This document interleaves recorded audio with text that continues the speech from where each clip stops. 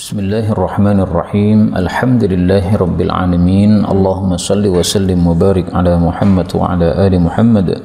Allahumma anfa'na bima 'allamtana wa 'allimna ma yanfa'una wa zidna ilma wa barik lana fi ilmina warzuqna al-ikhlasa fil qawli wal 'amali kamila wa 'ilman nafi'an la yunsa wa tawfiqan daima وصحة ويقينا وعافية. اللهم افتح لنا كل خير ويسر لنا كل أمور.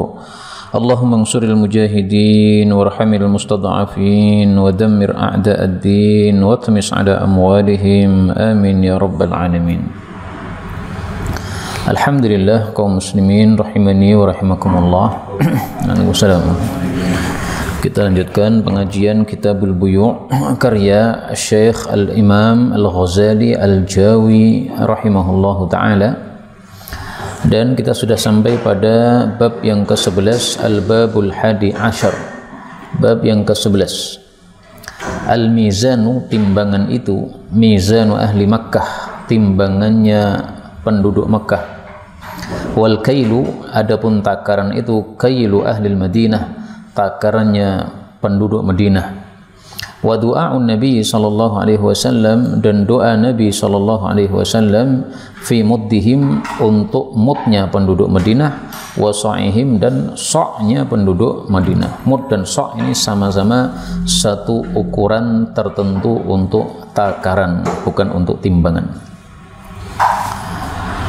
Hadis 46, wa an Abdullah bin Zaid radhiyallahu anhu anin Nabi sallallahu alaihi wasallam qala, inna, sesungguhnya Ibrahim, Nabi Ibrahim, harrama Makkah, telah mengharamkan kota Makkah, wa da'alaha, dan mendoakan kebaikan untuk Makkah, wa haramtu, dan saya mengharamkan al-Madinata, kota Madinah, kama, sebagaimana harrama Ibrahimu, telah mengharamkan Nabi Ibrahim itu Makkah, kota Makkah.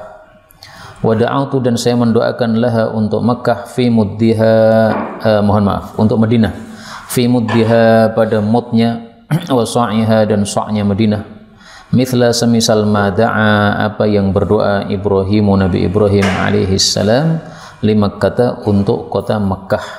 Hadis muttafaqun alaih.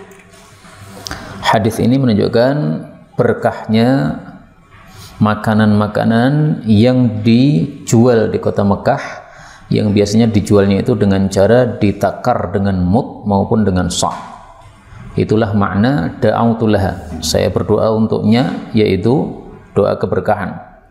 Fi muddiha, pada mudnya, maksudnya bahan-bahan makan yang dijual dengan cara takaran mud. Wa sa'iha, yang dijual dengan takaran sa'. Maka inilah keberkahan kota Madinah karena doa Rasulullah sallallahu alaihi wasallam. Dalam hadis ini Rasulullah katakan misla, saya mendoakan keberkahan untuk Madinah semisal apa yang didoakan oleh Nabi Ibrahim untuk Makkah. Dan kata-kata misla ini dalam bahasa Arab artinya adalah serupa persis, tidak ada perbedaan.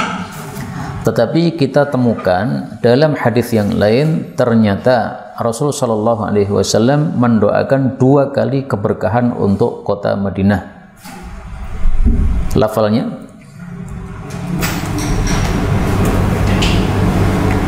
barakataini.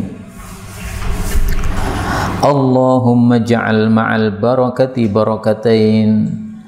Ya Allah, jadikanlah bersama keberkahan itu 2 kali lipat berkah.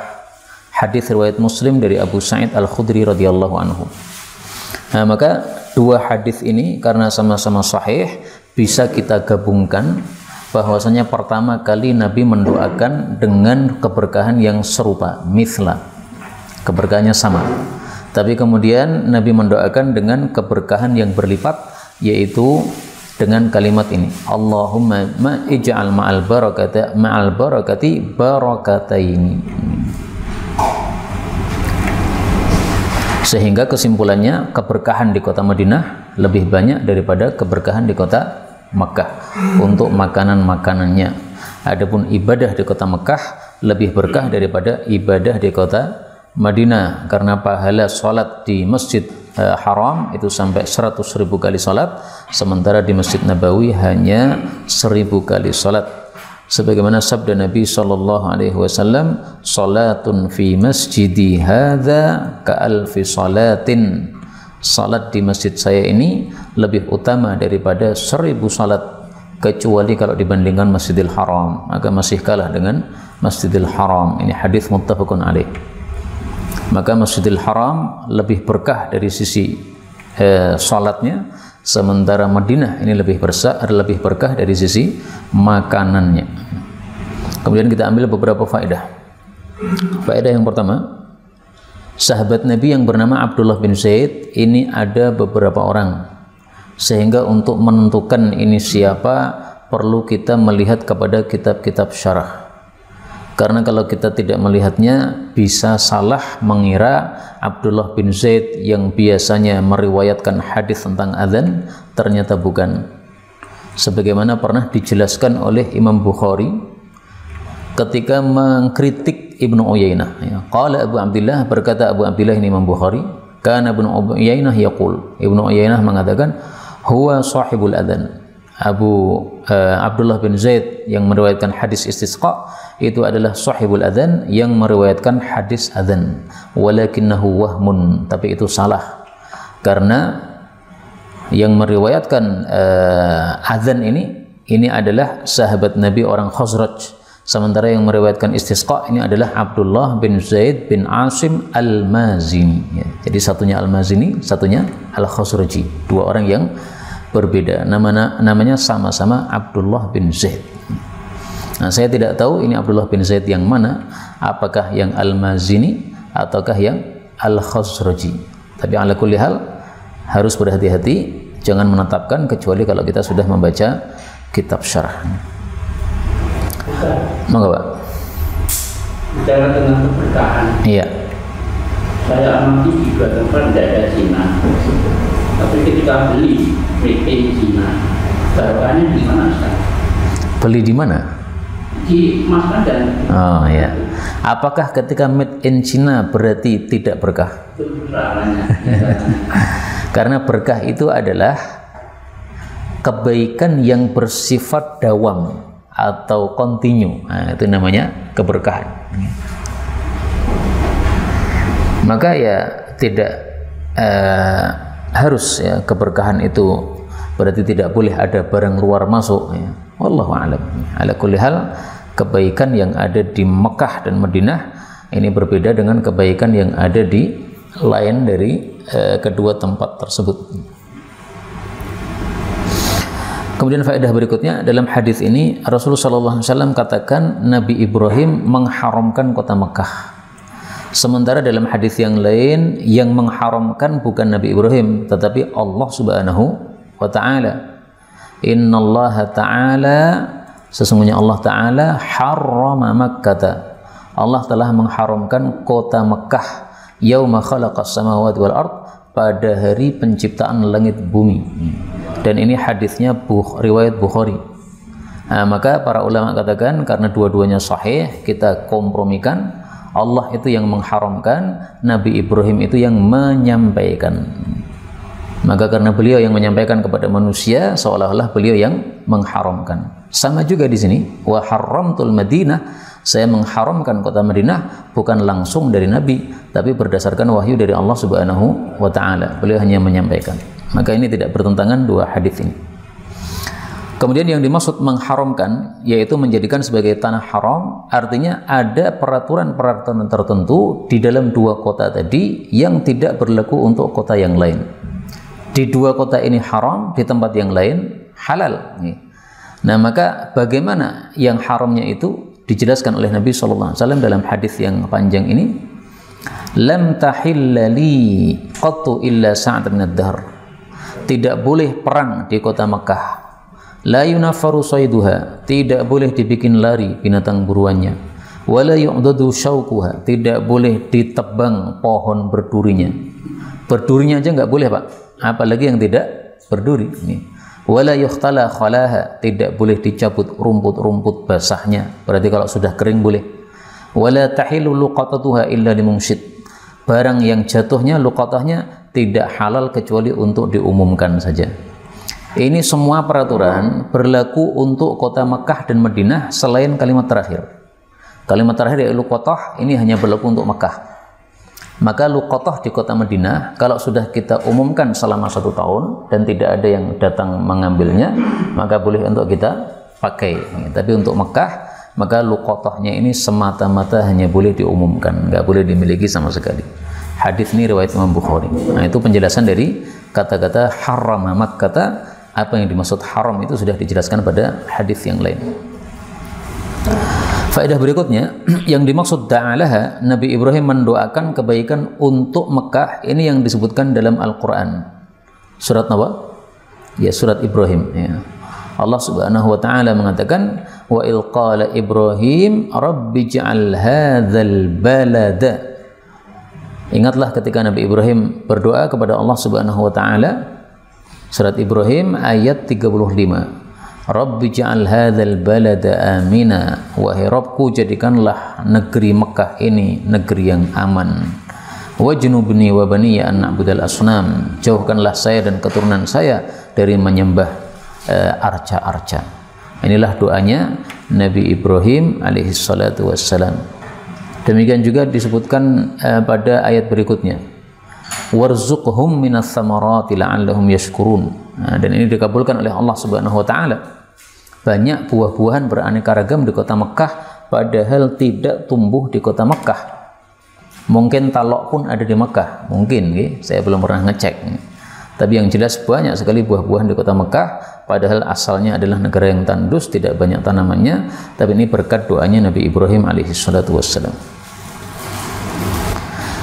Faedah berikutnya, dalam hadis ini disebutkan mud dan sa'. Mud ini sudah saya jelaskan tadi, ini nama satu takaran.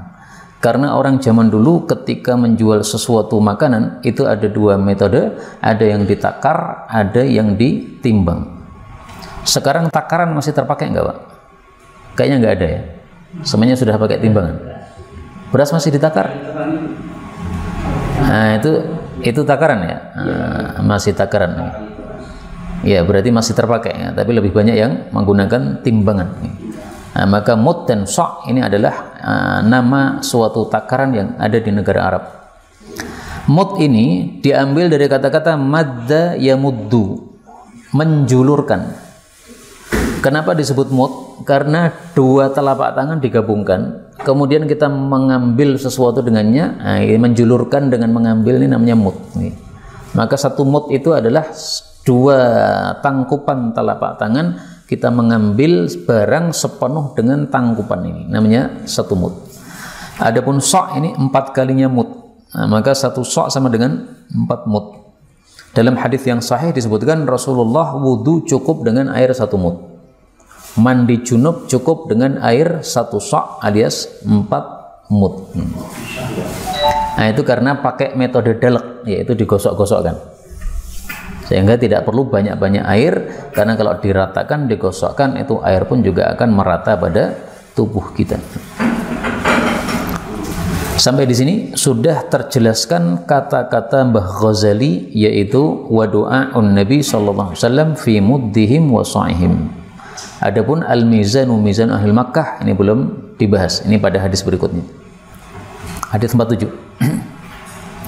An Anas bin Malik radhiyallahu anhu anna Rasulullah sallallahu alaihi wasallam qala, Allahumma ya Allah, barik berkahilah lahum untuk mereka, fi mikyalihim pada alat takar mereka, wa barik lahum dan berkahilah untuk mereka, fi sa'ihim pada sa' mereka, wa muddihim dan mud mereka, yakni yang beliau maksud adalah ahlul Madinah, penduduk kota Madinah. Hadis muttafaqun alaih. Inilah doa Nabi SAW. Jadi hadis ini menjelaskan kalimat sebelumnya, karena kalimat sebelumnya tidak jelas. Da'autu, saya mendoakan. Doanya kayak apa? Nah, doanya di sini, Allahumma barik. Rasulullah mendoakan keberkahan. Maka ini tampaknya Mbah Ghazali sengaja menampilkan hadis ini kedua, itu untuk menjelaskan kata-kata yang belum jelas pada hadis sebelumnya, yaitu da'autu laha. Maka ini termasuk metode syarhul hadis bil hadis, mensyarah hadis dengan hadis yang lain, karena kaidahnya mengatakan al haditsu yufassiru ba'duhu ba'dan. Satu hadis dengan yang lainnya itu saling menafsirkan. Kita ambil beberapa faedah. Yang pertama, Rasulullah mendoakan keberkahan. Allahumma barik. Doa berkah ini sering diucapkan oleh Nabi karena doa berkah ini termasuk kalimatun jami'ah. Satu kalimat yang pendek tapi sudah mencakup segala kebaikan. Jadi kalau mau mendoakan orang bingung, paling gampang kita pakai kata-kata berkah. Moga-moga Allah memberkahi, selesai. Ini sudah semuanya kena. Karena barokah itu definisinya al khairul katsirud daim, kebaikan yang banyak yang bersifat kontinu, itu namanya barokah. Maka dalam hadis-hadis Nabi kita lihat beliau sering sekali mendoakan keberkahan. Allahumma barik.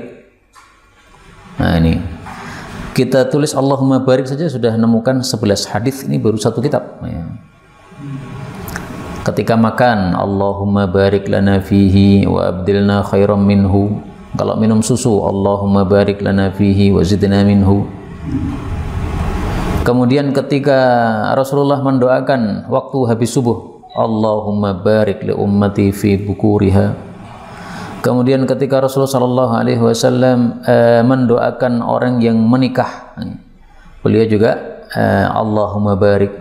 Kalau masuk Rajab, Allahumma barik lana fi Rajab wa Sya'ban wa ballighna Ramadan. Meskipun yang ini derajatnya dhaif ya, tapi ini fadilah amal, boleh saja untuk kita amalkan. Nah, ini banyak sekali doa-doa keberkahan yang dicontohkan oleh baginda Rasulullah sallallahu alaihi wasallam. Nah, ini paling bagus untuk kita tiru ketika mendoakan terhadap sesuatu supaya berkah, maka inilah doanya. Faedah berikutnya, dalam hadis ini Rasulullah SAW mendoakan untuk ahlul Madinah, penduduk kota Madinah.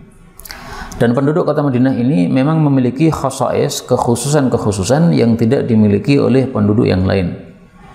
Salah satu khususiyah penduduk Madinah yang disebutkan oleh Nabi SAW dalam hadis yang lain, adzabahum man arada ahlal madinati bisu'in. Man arada, barang siapa yang menghendaki ahlal Madinah, kepada penduduk Madinah, bisu'in, dengan keburukan, adzabahullah, Allah pasti akan mencuerkan dia, mengencerkan dia, mencairkan dia ya, melelehkan dia. Kama yadzubul milah, sebagaimana melelehnya garam fil ma'i, di dalam air. Hadis riwayat Muslim. Ini sudah janji dari baginda Rasulullah sallallahu alaihi wasallam. Maka tidak boleh berbuat macam-macam kepada penduduk Madinah. Ini dapat doa dari Rasulullah SAW, doa keburukan seperti ini. Ini adalah khasaisnya penduduk kota Madinah. Hadis 48, wa an Ibnu Umar radhiyallahu anhuma qala qala Rasulullah sallallahu alaihi wasallam, al waznu, timbangan itu, waznu ahli Makkah, timbangannya penduduk Mekah. Wal mikyalu, adapun takaran itu, mikyalu ahli Madinah, takarannya penduduk Madinah. Hadis riwayat Abu Dawud sahih. Hadis ini ada dua tafsiran. Tafsiran yang populer, yang dimaksud al-waznu itu adalah al-waznul mu'tabar, timbangan yang terpakai untuk hak-hak syariat Islam, kewajiban-kewajiban dalam syariat Islam, itu pakailah timbangannya penduduk Mekah. Demikian juga mikyal ini, takaran yang mu'tabar dalam kewajiban-kewajiban syariat, itu adalah takarannya penduduk kota Madinah. Misalnya gini, Rasulullah mengharuskan kalau kita sudah selesai Ramadan untuk memberikan zakat fitrah, sa'an min tamrin, satu sa' kurma, addu, tunaikanlah, sa'an min burrin. Zakat fitrah berupa satu sa' gandum, au qamhin, ini juga sama gandum, au tamrin atau kurma, au sya'irin atau tepung. Ini hadis riwayat Ahmad sahih. Nah, satu sa' ini takaran atau timbangan ini? Takaran. Kita pakai takarannya siapa? Rasul katakan al mikyalu mikyalu ahli Madinah. Nah, kalau takaran pakai takaran Madinah. Takaran Mekah jangan dipakai. Untuk yang kewajiban syariat. Untuk selain kewajiban syariat silahkan. Mau pakai apa saja terserah. Misalnya kita mau masak untuk rumah kita sendiri. Nah, itu kan bukan kewajiban syariat itu, Pak. Nah, itu pakai takaran kita bebas terserah. Tapi kalau untuk menunaikan kewajiban syariah, nah pakailah takarannya penduduk Madinah. Timbangan juga gitu. Kalau Nabi menyuruhkan suatu timbangan tertentu, nah, maka pakailah timbangannya penduduk Mekah, jangan pakai timbangan yang lain. Karena timbangan satu dengan yang lainnya itu bisa berbeda. Timbangan satu negara dengan negara yang lainnya bisa berbeda. Takaran satu negara dengan negara yang lainnya bisa berbeda. Maka Nabi tetapkan, ini tafsiran yang pertama, ini yang populer. Tafsiran yang kedua, Rasulullah katakan al-waznu waznu ahlil Makkah, ini sesuai dengan kaidah yang mengatakan kharaja makhraja al-ghalib. Nabi hanya menyampaikan kebiasaan yang berlaku. Yang berlaku di kota Mekah itu biasanya pakai timbangan. Yang berlaku di kota Madinah itu biasanya pakai takaran. Kenapa? Karena orang-orang Mekah itu pekerjaannya pebisnis. Pebisnis rata-rata pakai timbangan. Sementara orang-orang Madinah pekerjaannya adalah petani. Petani rata-rata pakai takaran. Jadi bukan berarti kita disuruh untuk menggunakan takaran mereka atau timbangan mereka, tidak. Tapi Nabi maksudnya menjelaskan ya. Yang di Mekah itu biasanya pakai timbangan, yang di Madinah biasanya pakai takaran. Tapi tidak harus kita memakai takaran mereka atau timbangan mereka. Ini hanya kharaja makharajal ghalib saja. Beliau hanya menjelaskan kebiasaan yang berlaku di Mekah dan Madinah. Nah, Mbah Ghazali ini beliau kitabnya bukan kitab fikih, sehingga beliau di sini tidak memilih pendapat mana yang dipakai untuk tafsiran tadi. Beliau hanya nulis judul sesuai hadisnya, Al-Mizanu Mizanu Ahlil Makkah. Tafsirannya gimana? Beliau nggak jelaskan. Karena memang ini bukan kitab fikih. Dan ini metode Imam Bukhari di dalam kitab sahihnya juga seperti ini. Ada hadis-hadis yang bisa bermakna dua sesuai dengan pemahaman mazhab masing-masing. Nah, Imam Bukhari tidak menentukan mazhab saya yang mana, enggak. Beliau biasanya menggunakan pertanyaan, hal apakah? Apakah menunjukkan bahwasanya dalam hal ini ada perselisihan pendapat. Nah, beliau gunakan kata-kata apakah. Maka ini metode Mbah Ghazali sama dengan metodenya para ulama ahli hadis dalam kitab-kitab mereka, memang tidak memilih atau menentukan fikih tertentu, tapi hanya menjelaskan lafal-lafal hadis Rasulullah sallallahu alaihi wasallam. Nah, berarti penjelasannya nanti di kajian beliau ya. Kalau mau paham apa maksud judul saya, ya ngaji sama saya. Ini seolah-olah begitu.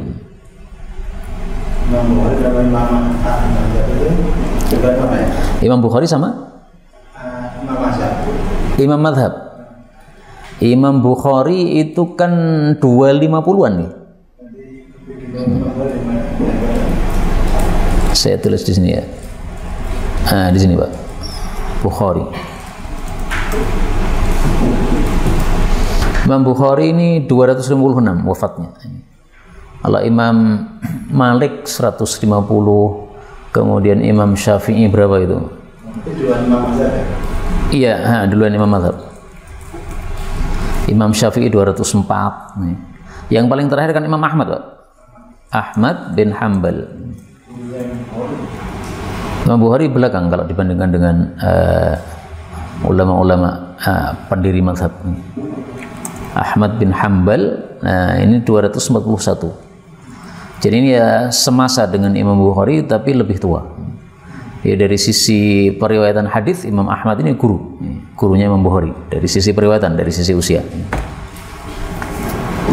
Makanya uniknya Imam Bukhari itu semua 4 mazhab mengakui Imam Bukhari sebagai ulama mereka selain mazhab Hanafi. Mazhab Syafi'i mengatakan Bukhari itu mazhabnya Syafi'i. Mazhab Maliki mengatakan Bukhari mazhabnya Maliki. Mazhab Hambali mengatakan Bukhari mazhabnya Hambali. Sebenarnya beliau tidak mengikuti mazhab manapun. Tapi kalau hadisnya sesuai mazhab Hambali, beliau pakai mazhab Hambali. Kalau sesuai mazhab Maliki, beliau pakai mazhab Maliki. Nah, sehingga kalau kita cari mana pendapat Bukhari yang sesuai 4 mazhab ini, ada semua, Pak. Termasuk mazhab Hanafi, ada pendapatnya Imam Bukhari yang sesuai mazhab Hanafi. Imam Bukhari ya. Tentang waktunya siapa tadi?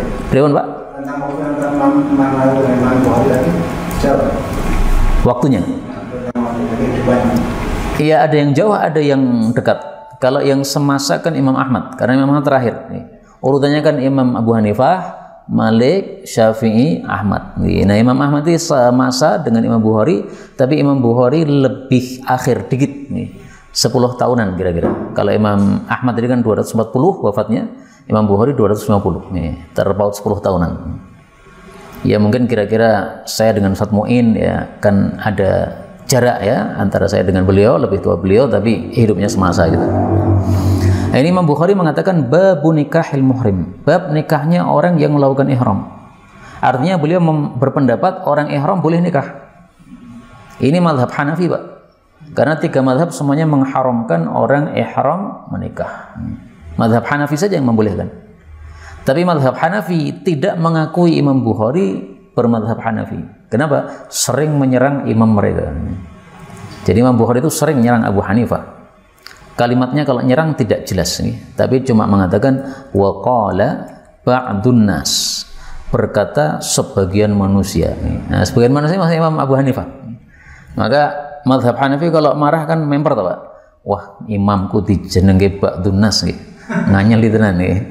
Ini ba'dun nas ini kalau kita cari di Bukhari banyak sekali ini. Sampai berapa nih? Sampai 24, Pak. Waqala ba'dun nas nih. Mengkritik Imam Abu Hanifah sampai 24 kali minimal, mungkin lebih banyak.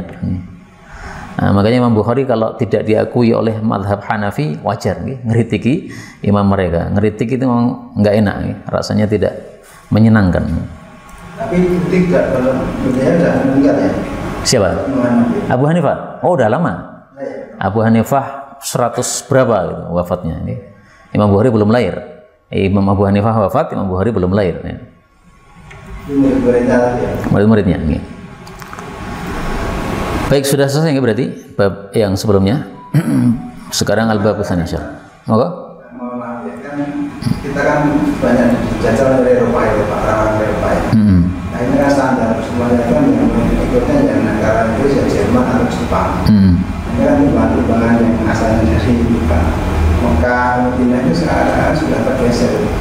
Nah, betul. Tetapi tersebar di tengah-tengah kita bahwa masih ada sok atau mut yang masih bersanad sampai kepada masa Rasulullah SAW.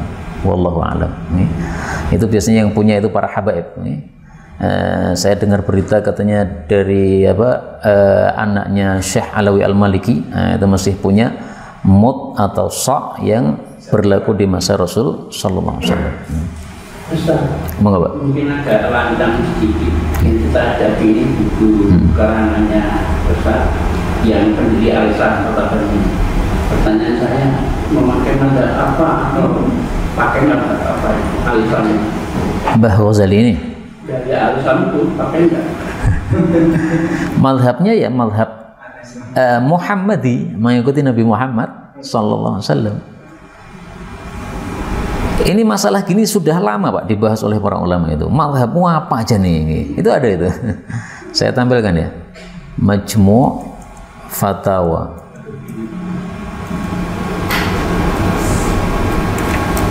Fatawa Ibnu Taimiyah. Oh, banyak. Majmu'ul Fatawa. Ini jarang saya buka jadinya kitabnya. Ini judulnya ini Majmu'ul Fatawa.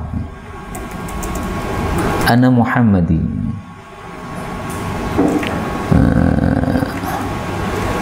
Muhammadi. Saya mengikuti mazhabnya Nabi Muhammad sallallahu alaihi wasallam. Nah ini. Su'ila, Imam Ibnu Taimiyah ditanya, "Ma taqulu sadatul ulama a'immatud din?" Apa pendapatnya para ulama? Fi rajulin, tentang seseorang, su'ila ish madhabuk? Ditanya, mazhabmu apa sebenarnya? Ada 4 mazhab kan? Faqala, maka dia menjawab, Muhammadi. Oh, saya mazhabnya mazhab Nabi Muhammad. Bukan Muhammadiyah loh, Muhammadi. Ngikuti Nabi Muhammad sallallahu alaihi wasallam. Attabi'u kitaballah wa sunnata rasulih Muhammadin sallallahu alaihi wasallam. Saya bawanya kiblatnya kepada Al-Qur'an sama sunnah. Nah, itu mazhabnya saya sebut Muhammadi. Karena Nabi Muhammad juga nggak pernah bermadhab Syafi'i dan sebagainya. Faqila lahu, maka dikatakan kepada dia, yang bagi likulli mu'minin ayyattabi'a madhhaban, sepantasnya setiap orang beriman itu ngikuti madhab yang sudah ada. Wa man la madhhab lahu fahuwa syaitan, nggak punya madhab sama dengan setan. Maka dia menjawab, kana madhhabu Abi Bakar As-Siddiq. Baiklah, apa madhabnya Abu Bakar As-Siddiq? Syafi'i, Hambali, Maliki, Hanafi? Enggak semua. Wal khulafa' ba'dahu, khulafa' ar-rasyidin madhabnya apa? Faqila lahu, maka dia menolak lagi, mengatakan la yanbaghi laka illa an tattabi'a madhhaban min hadhil madhahib. Kamu sepantasnya ngikuti 4 madhab yang sudah ada itu.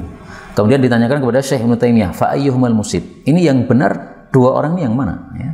Yang ikuti madhab salah satu dari madhab 4, atau yang ikuti tadi Quran hadis, disebut Muhammadi atau apa terserah. Pokoknya ngikuti Quran sama hadis. Aftuna ma'jurin. Nah, jawaban beliau, alhamdulillah.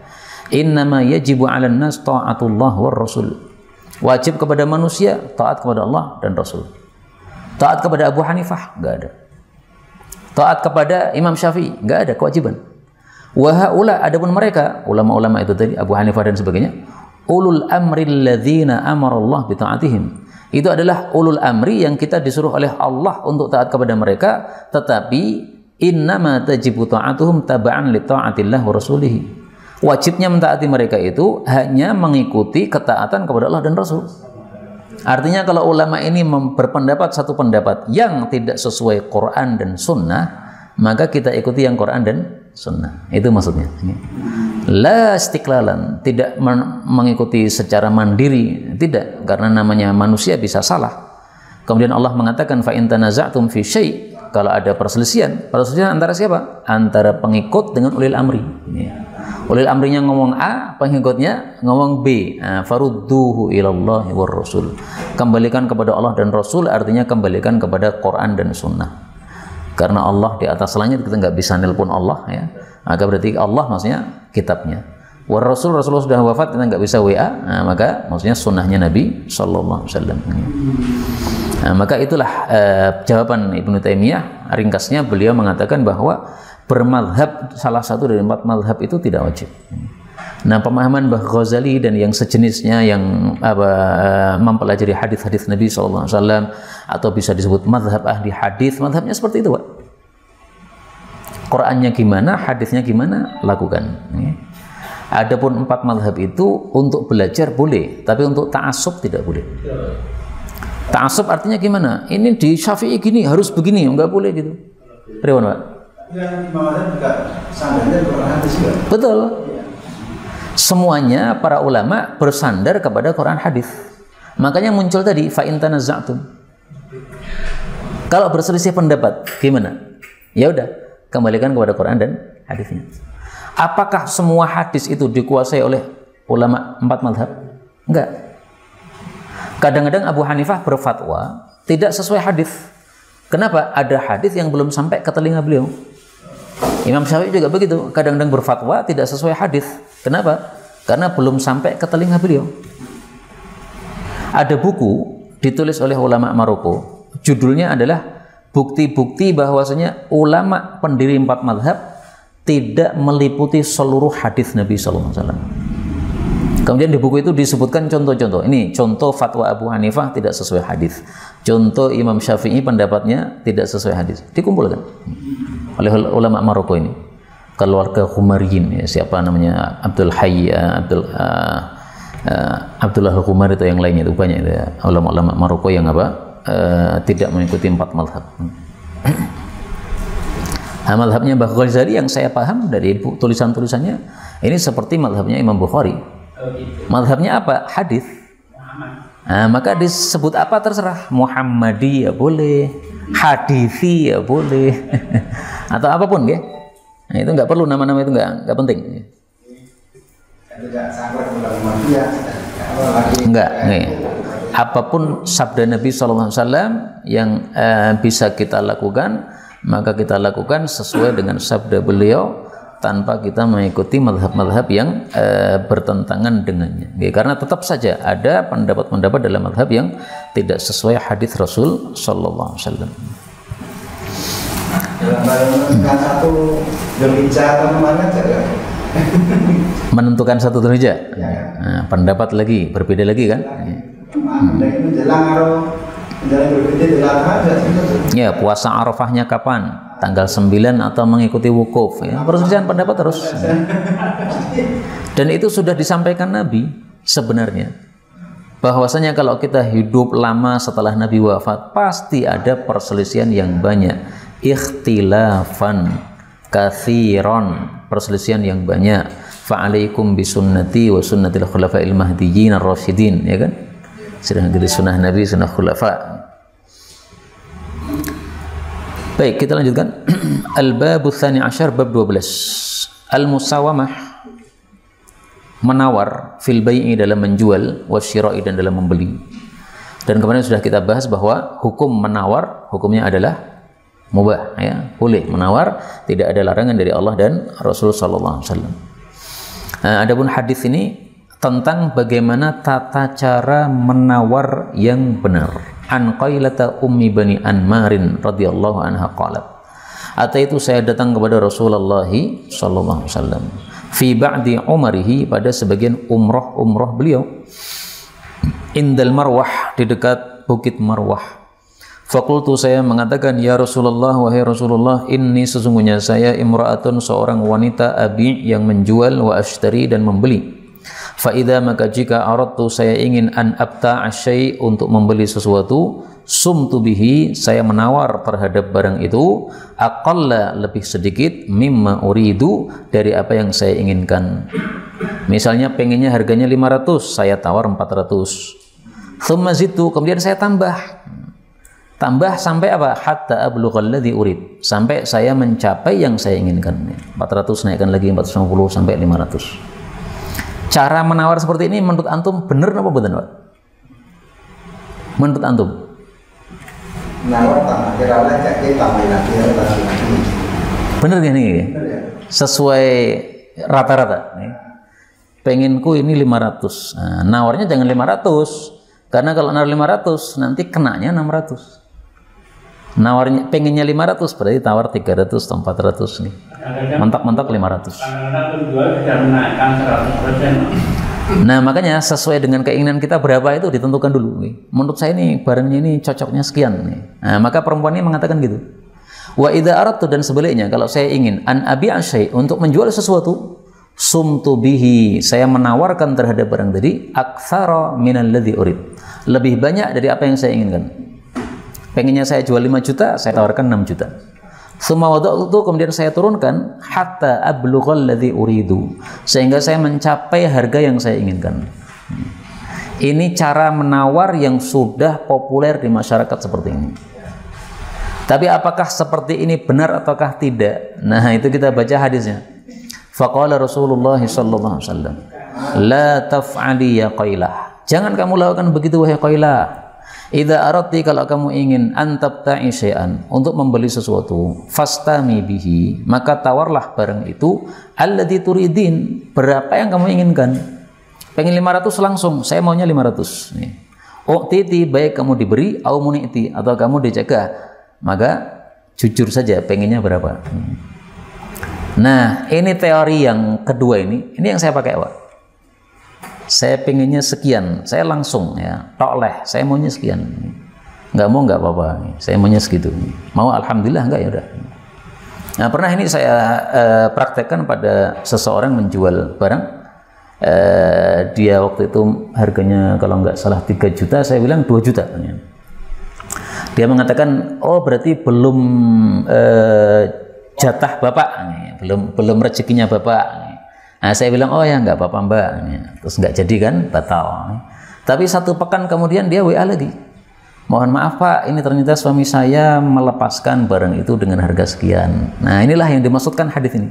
Silahkan kamu tawar dengan barang, harga yang kamu inginkan. Mau dikasih, mau tidak, udah pasrahkan sama Allah. Kamu pengen berapa? Nah, saya ingin bertanya, panjenengan cocok teori pertama atau teori kedua? Baik, kalau body itu yang disebutnya ya pertama tadi. Teori pertama, ya. Hari sampai gitu. Nah, makanya setelah kita membaca hadis ini, antum pilih teori mana gitu, saya yang pengen saya tanyakan. Mau teori pertama atau kedua? Ada yang teori ketiga, Ustaz. Kenapa, pripun? Saya sudah mempraktekkan 2 kali. Gimana itu? Ini harganya berapa, jujur saja. Nanti saya pribadi. Ternyata 50.000. Nah, saya tambahin. Ya, bagus. Berarti itu sebenarnya itu tidak menawar itu, Pak. Menawar itu harga dari kita, itu menawar.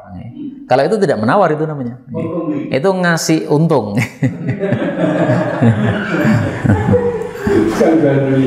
Ini bab kita adalah bab menawar. Menawar itu berarti harga kita tentukan. Itu yang disebut menawar itu begitu. Kita lanjutkan. Wa idza aradti, jika kamu ingin antabi'i syai'an, menjual sesuatu, fastami bihi, maka tawarkan pada barang tadi alladzi turidin, harga yang kamu mau. A'taiti, baik kamu kasih, au manati, atau kamu tidak kasih, terserah kamu, tapi pokoknya kamu tawarkan segitu. Hadis riwayat Ibnu Majah, tapi saya kasih tanda di sini dot, ini hadisnya dhaif. Nah, karena dhaif maka tidak bisa dijadikan sebagai hujjah. Kalau beli tadi mana? Kenapa? Teori membeli ya, menjual ya. Jadi kalau saya menginginkan ini harganya 500, saya langsung jujur, ini 500. Enggak usah saya naikkan 600. Karena pasti nanti dia kan akan menawar kan. Nah, nawar-nawar turun 500. Nah, berarti sudah sesuai keinginan saya. Enggak usah begitu.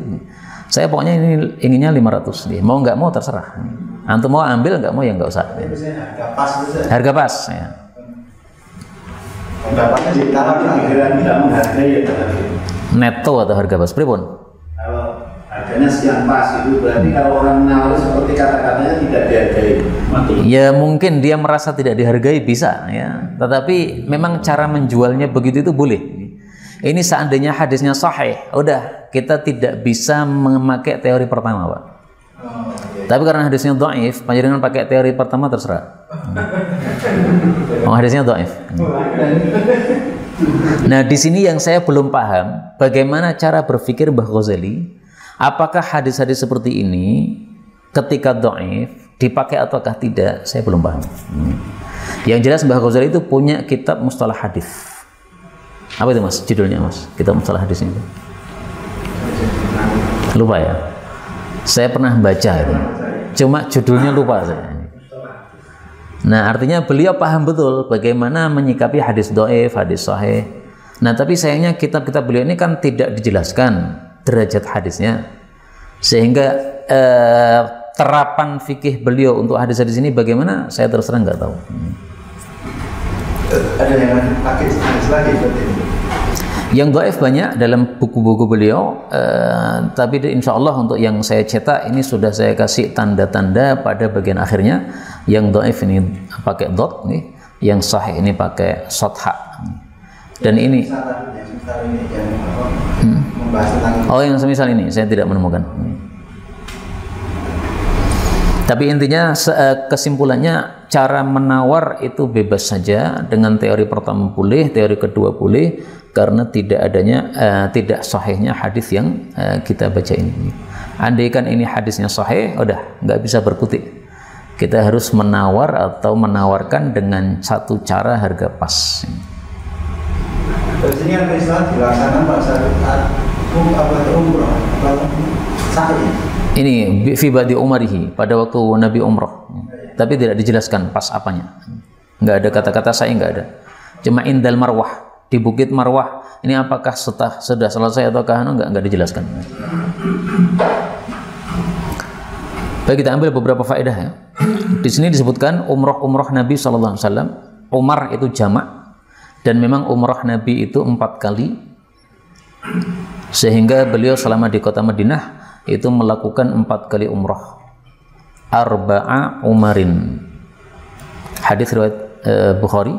I'tamara Rasulullah umroh arba'a umarin, 4 kali umroh fi Dzulqa'dah. Semuanya di bulan Dzulqa'dah. Illati tamara ma'a hajjatih, kecuali umrah yang bersama hajinya, itu yang umrah pada bulan Dzulhijjah. Selainnya itu Dzulqa'dah 4 kali. Nah, 4 kali ini wajarnya kenapa? Karena Rasulullah ketika berada di Madinah itu masih perang dengan orang-orang Mekah, Pak. Begitu sudah ditaklukkan kota Mekah tahun 8 Hijriah, baru beliau bisa umrah dengan nyaman. Makanya umrohnya cuma 4 kali. Dihitung aja ya. Yang Hudaybiyah yang tahun 6, kemudian gagal toh ya, terus diganti tahun 7, nah, kemudian 8, kemudian 9. Kemudian tahun 10 beliau haji wada, tahun 11 wafat. Nah, maka wajar kalau cuma 4 kali. Karena itu orang yang seandainya setiap tahun umroh nggak ada masalah. Karena ini Nabi umroh 4 kali ini bisa dikatakan umroh setiap tahun itu, Pak. Karena mulai bisa umroh itu pada tahun 8 Hijriah ya. 8, 9, 10, 11 pas ya. Mulai dari 8 Hijriah. Banyak yang rasa Ustaz. Kenapa, Pak? Ketika umroh lebih dari 2 atau 3, apalagi setiap tahun. Nah, itu kalau kita tidak peduli tetangga, itu salahnya di ketika kita tidak pedulinya. Tapi umrohnya sebenarnya nggak salah. Karena Rasulullah bersabda, tabi'u bainal haji wal umroh. Ini kan haji sama umroh, bukan umroh sama umroh. Oke, hadis yang lain. Al-umratu ilal umroh. Umrah kepada umrah berikutnya kafaratul lima bainahuma, menghapuskan dosa-dosa antara keduanya, minadz-dzunubi wal khataaya. Sehingga mengulangi umrah setiap tahun nggak ada masalah, sama sekali nggak ada masalah. Bukan termasuk mubadzir dan bukan termasuk berfoya-foya, kecuali kalau tadi ya membiarkan kerabatnya kemiskinan, kelaparan, nggak pernah peduli sama sekali, tapi berfoya-foya dengan umroh, apalagi pamer aku udah umroh berapa kali, ya itu yang nggak bagusnya di situ. Tapi umroh berulang-ulang sama sekali nggak ada masalah sama sekali. Malah diperintahkan oleh Rasulullah Sallallahu Alaihi Wasallam. Memang ada ulama berpendapat, saya lupa namanya, saya temukan dalam kitab Musannaf. Beliau mengatakan orang-orang menyuruh saya untuk umroh lagi, haji ya, menyuruh saya haji lagi. Saya lebih suka untuk bersedekah kepada tetangga-tetangga. Itu ada itu, Pak, riwayatnya. Tapi bukan sabda Nabi. Ya. Karena haji yang wajib cuma 1 kali. Nah, maka kata beliau, saya lebih suka sedekah kepada tetangga saya. Tapi maksudnya sedekah menyebabkan dia tidak bisa haji. Tapi kalau sedekah masih bisa haji, nggak ada masalah. Baik, berikutnya, faedah berikutnya. Dalam hadis ini disebutkan, saya seorang wanita yang jual beli. Ini menunjukkan bahwasanya wanita melakukan jual beli diperbolehkan, tidak dilarang. Dan namanya jual beli berarti kan perlu keluar rumah. Nah, maka wanita keluar rumah tidak ada masalah. Yang penting menutup auratnya sehingga dia tidak melanggar syariat Rasulullah sallallahu alaihi wasallam. Kemudian 50. Wa an Jabir bin Abdullah radhiyallahu anhu qala, kuntu adalah aku ma'an Nabi sallallahu alaihi wasallam fi ghazwatin, pada satu peperangan. Faqala, maka beliau mengatakan li kepada saya, atabi'u, apakah engkau menjual nadhihaka, onta kamu, hadza ini, bidinarin, dengan harga 1 dinar, 4 juta. Wallahu yaghfirulak, semoga Allah mengampuni engkau. Qultu, saya jawab, la ya Rasulullah, huwa nadhihukum, itu adalah onta Anda, idza ataitul Madinah, kalau saya sudah sampai Madinah. Jadi maksudnya dikasihkan oleh Jabir, udah gratis saja ya Rasulullah. Nah, kalau sudah sampai Madinah antum pakai. Qala, beliau malah menjawab, fatabi'uhu bidinarin, kamu mau harga 2 dinar, dinaikkan lagi, Pak. Wallahu yaghfir laka, semoga Allah mengampuni engkau. Qala fama zala yaziduni, maka tidak henti-hentinya beliau menambah kepada saya dinaron, sedinar lagi. Wa yaqulu, maka kun li dinar, beliau bersabda setiap 1 dinar yang diucapkan, wallahu yaghfir laka, semoga Allah mengampuni engkau. Hatta balagha, sehingga mencapai 20 dinaron, 20 dinar. Berarti didoakan berapa kali? 20 kali. Didoakan 20 kali. Falamma ataitul Madinah, tatkala saya datang ke Madinah, akhadtu bi ra'sin nadhih, saya pegang kepalanya onta tadi. Fa ataitu bihin Nabi sallallahu alaihi wasallam, saya datang kepada Nabi. Faqala, beliau mengatakan, ya Bilal, wahai Bilal, a'tihi, berikan kepada Jabir minal ghanimah, dari ghanimah, 20 dinaron, 20 dinar. Waqala, beliau mengatakan, intalik binadhihika, pergilah kamu bersama ontamu, fadhhab bihi, silahkan kamu pergi dengan onta itu, ila ahlika, kepada istrimu. Hadis riwayat Ibnu Majah. Jadi ternyata Nabi hanya ingin membuat kejutan kepada Jabir, tidak betul-betul ingin membeli. Makanya di awal beliau nawar dengan harga yang tidak normal. 1 dinar untuk 1 unta nggak boleh sama sekali. Nah, kenapa kok beliau nawarnya kok semurah itu ya? Nah, karena memang beliau niatannya akan ngasih. Tapi mungkin beliau mau guyoni Jabir. Ontamu itu 1 dinar boleh nggak? Maka kata Jabir, udah ya Rasulullah, pakai aja. Mandar Rasulullah, masa saya jual? Nah, ini menurut saya ini teori Nabi SAW untuk menolak perbuatan Jabir tadi. Dan mohon maaf, Ustadz seperti saya itu seringkali mengalami kayak gini, Pak. Beli sesuatu kemudian saya tanya berapa harganya, udah dibawa aja Ustadz. Malah kita yang beli jadi nggak enak. Nah, saya nemu hadis ini saya praktekkan. Oh, caranya gitu.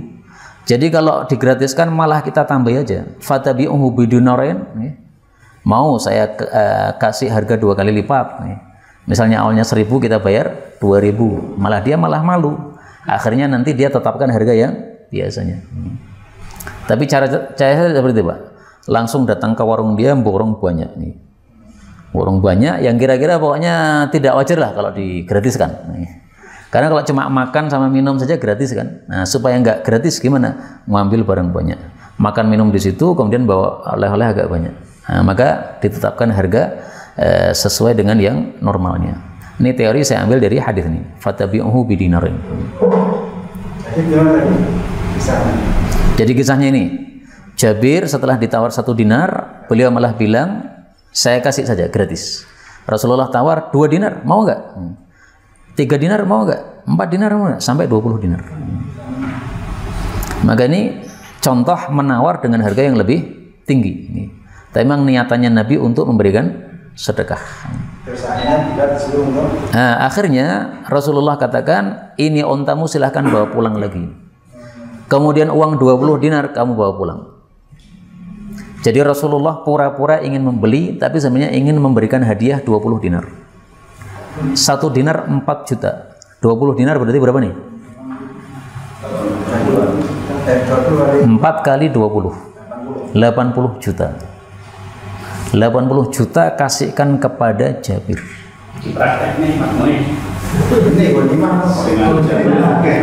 Nah, ini ghanimah atau apa nih? A'tihi minal ghanimah. Berikanlah kepada dia dari ghanimah. Ini ghanimah ditafsir oleh para ulama khumusul ghanimah. 1/5 ghanimah yang menjadi haknya Nabi. Karena kalau ghanimah nggak bisa diberikan kepada perorangan, tapi dibagi merata kepada prajurit. Jadi 1/5-nya kan diberikan Nabi dulu. Nah, sisanya 4/5 untuk para prajurit perang. Nah, Nabi ngambil yang 1/5 tadi untuk membayar kepada Jabir. Jadi ini memang haknya Nabi, uangnya Nabi.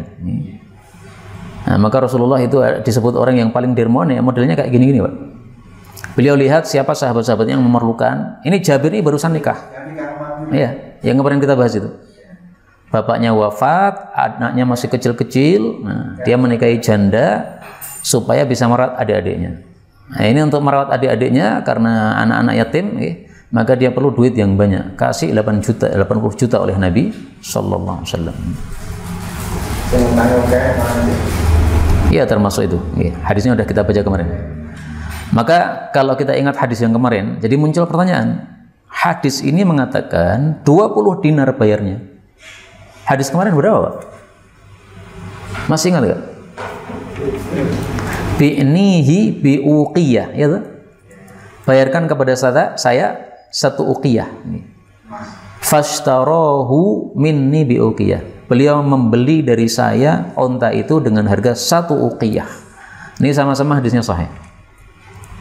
Yang benar yang mana? Nah, ini dibahas oleh para ulama. Ini sama-sama sahih, harus dikompromikan. Jadi itu 1 uqiyah harganya ataukah 20 dinar. Ringkasnya gini, harga 1 uqiyah ini adalah harga asal yang mau dibayarkan. Adapun 20 dinarnya itu adalah tambahannya saja.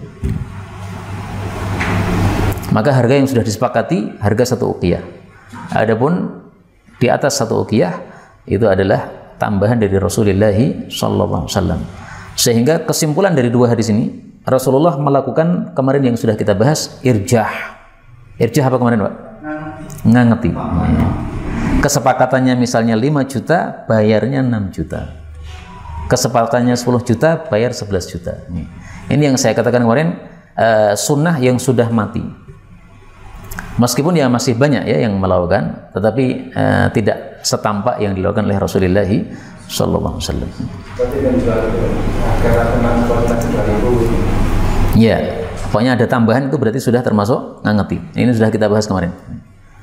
Baik, sampai di sini mungkin ada pembahasan tambahan, silakan. Satu ukiyah kemarin sudah kita bahas 20 dinar itu sama dengan 5 ukiyah. 20 dinar sama dengan 5 ukiyah. Berarti satu ukiyah berapa? 40 dinar 4 dinar. 4 dinar. 4 dinar. Ya. 4 kali 5 20 ya. 4 dinar ya. Jadi yang disepakati itu 4 dinar. Kemudian Nabi ngasih 20 dinar itu tambahan. Itu jamak di antara dua hadis tadi menurut para ulama rahimahumullah taala.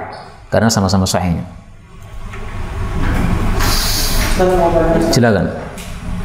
Ini tentang luqatah Ustaz. Iya, luqatah. Kebetulan saya itu kerjanya bersih di masjid Ustaz. Iya. Sering mahasiswa itu meninggalkan makanan yang masih utuh. Iya. Nah itu tadi saya tahu itu disiapkan.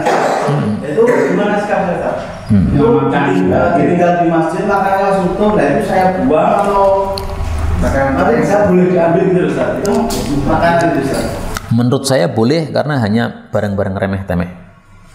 Tapi kalau uang dan sebagainya yang yang mahal, HP dan sebagainya itu nggak boleh kita miliki, tapi harus diumumkan.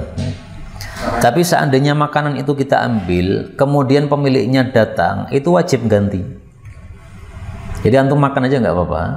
Tapi nanti kalau ada yang carikan. Itu kadang sampai 1 minggu saya diamkan dulu Ustaz. Oh ya. Tiap hari makanan itu Ustaz. Itu baru saya ambil dulu. Ya.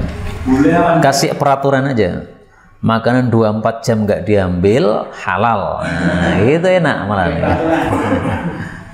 Jadi halal untuk siapapun. Rasa makanan sesuatu yang ditinggalkan orang 24 jam halal. Ya, sesuai peraturan. Al muslimuna ala syurutihim. Kalau sudah ada persyaratan maka sudah boleh diterapkan. Ada lagi?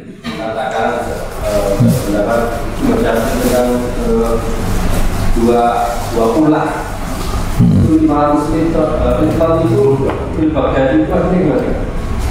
Saya istilah retail itu nggak apal, cuma intinya gini, 2 kullah itu diperselisihkan oleh para ulama kalau dibuat liter. Yang paling mudah dan yang paling populer 2 kullah sama dengan 200 liter. Enak tuh? 2 kullah 200 liter, berarti satu kullah 100 liter. Enak nih, ingat-ingatnya enak, karena sama-sama angka 2 nih. 2 kullah 200 liter.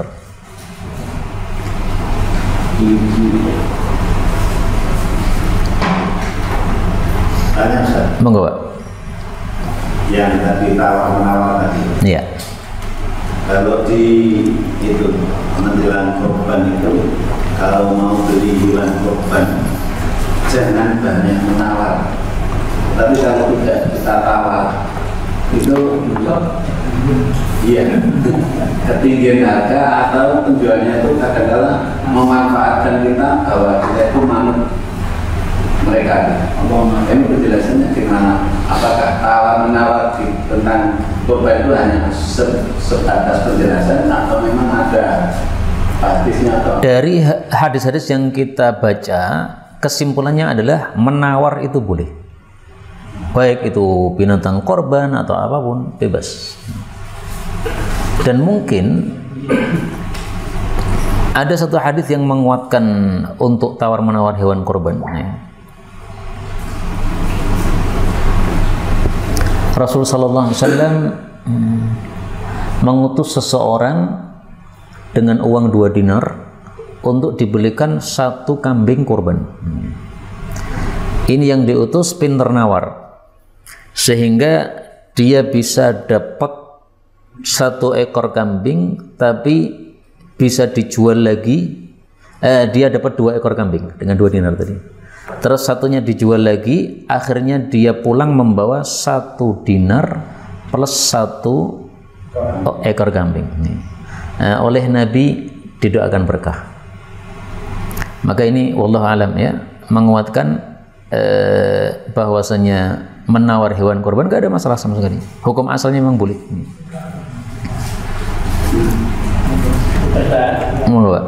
Ada terjadi tawar menawar, tapi penyebab tawar menawar itu ada perantara yang minta uang. Seperti uangnya itu. Kadang-kadang minta yang membeli dan yang menjual. Itu namanya simsaroh. Simsaroh itu calo. Memang boleh seperti itu, nggak ada masalah. Kalau kita nggak mau calo ya ditetapkan di awal ya. Kita tidak terima perantara ya, tanpa perantara.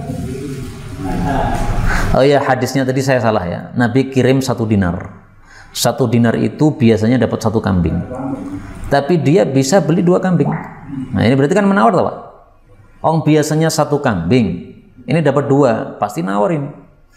Kemudian salah satunya dijual lagi dengan 1 dinar. Nah, balik kepada Nabi bawa 1 dinar dan 1 kambing. Loh, kok masih utuh? Nah, diceritakan. Saya tadi berdoa ya Rasulullah. Rasulullah mendoakan keberkahan. Nah, ini dalil bahwasanya Pak untuk jual beli. Tapi ini kambingnya memang nggak dijelaskan ya. Ini kambing kurban atau apa ya? Bisa jadi kambing kurban, wallahu a'lam. Nggak ngerti saya. Kalau zaman Nabi kan Nabi juga menjualkan tadi. Pas ada kan. Menjual barang orang Nabi juga pernah. Jadi ada seseorang yang bangkrut, pailit. Akhirnya oleh Nabi barang-barangnya ini dijual. Ini siapa yang mau beli nih? Ini dia punya utang pemiliknya ini. Kemudian setelah barangnya dijual, duitnya digunakan untuk melunasi utangnya. Pernah dilakukan oleh Nabi itu. Bai'ul muzayyadah dengan cara melelang. Ya. Jadi barangnya dilelang. Gimana Pak? Khadijah. Nah itu waktu itu belum jadi Nabi kalau itu. Belum jadi Nabi. Setelah jadi Nabi pun pernah menjualkan barangnya orang.